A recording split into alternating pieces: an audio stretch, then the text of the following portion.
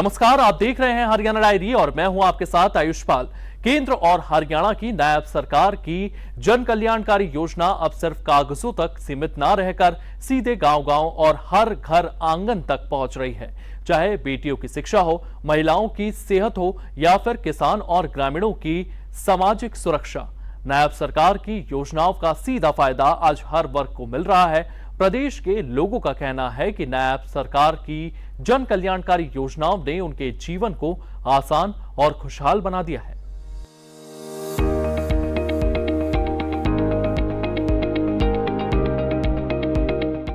मुख्यमंत्री नायब सैनी हरियाणा की उन्नति और विकास के लिए पूरी तरह से प्रतिबद्ध हैं, जिसका नतीजा है कि सरकार की योजनाओं में समाज के अंतिम पायदान पर बैठे व्यक्ति का उत्थान नजर आता है, तो दूसरी तरफ योजनाओं को जमीन पर उतारने की प्रतिबद्धता नजर आती है।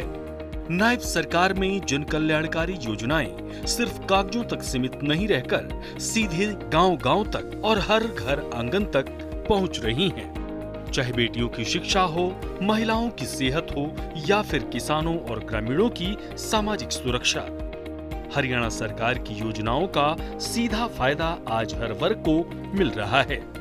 शिक्षा किसी भी देश व समाज के ये सच्ची शक्ति होती है।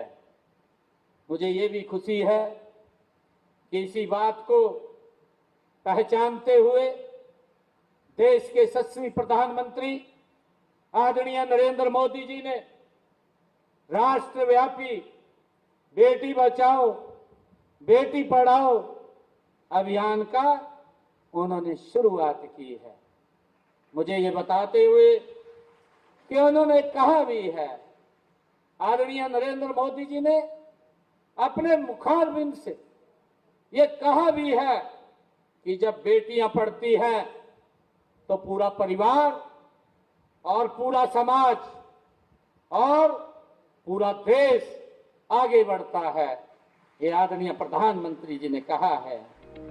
आपको बता दें कि बेटी बचाओ बेटी पढ़ाओ अभियान ने समाज में एक नई चेतना जगाई है।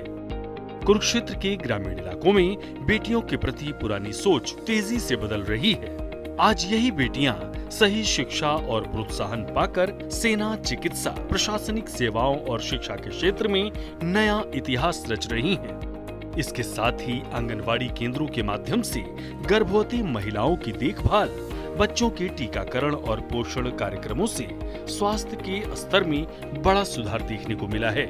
महिलाओं को प्राथमिकता दी जा रही है। 50% के लगभग ये उनको दिया जा रहा है और जिसमें हमारी महिलाएं बड़े बड़े पदों पे जैसे एडवोकेट, बल्कि हेलीकॉप्टर भी और पायलट, एक से एक बढ़ के हमारी महिलाओं में बहुत योग्यता है। महिलाओं को ऊंचा उठाने के लिए जितनी भी योजनाएं बनाई वो इसी सरकार में बनाई गई। बीजेपी सरकार एक ऐसी सरकार है जो अंत्योदय आखिरी आदमी तक, जहां तक जो सबसे पिछड़े आदमी था वहां तक भी लोगों को उठाने के लिए बहुत दिन रात प्रयास इसी सरकार में हुआ।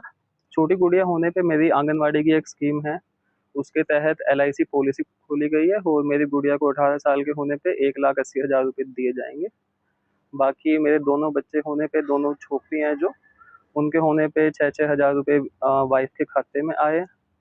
और यह स्कीम पहले तो हमें इसके बारे में कोई नॉलेज नहीं थी, लेकिन आंगनवाड़ी वालों ने खुद आके हमें इसके बारे में वो बताया और ये खुद उन्होंने हमारी हेल्प भी करी है और ये पॉलिसी अब चालू हो गई है। इसके लिए मैं नायब सैनी जी का और उनकी सरकार का तहे दिल से धन्यवाद करना चाहता हूँ। ठीक है जी, खेती के बारे में भी बहुत अच्छा काम कर रहे हैं सरकार और केंद्र सरकार भी बड़ा अच्छा काम कर रही है। जो 14 से पहले स्थिति थी वह बिल्कुल बदल गई। बहुत शांति है देश के अंदर और तरक्की पा देश इस टाइम। बहुत अच्छा प्रोग्राम कर रहा है, कहीं उग्रवाद नहीं रहा, कहीं देश में बिल्कुल शांति होगी।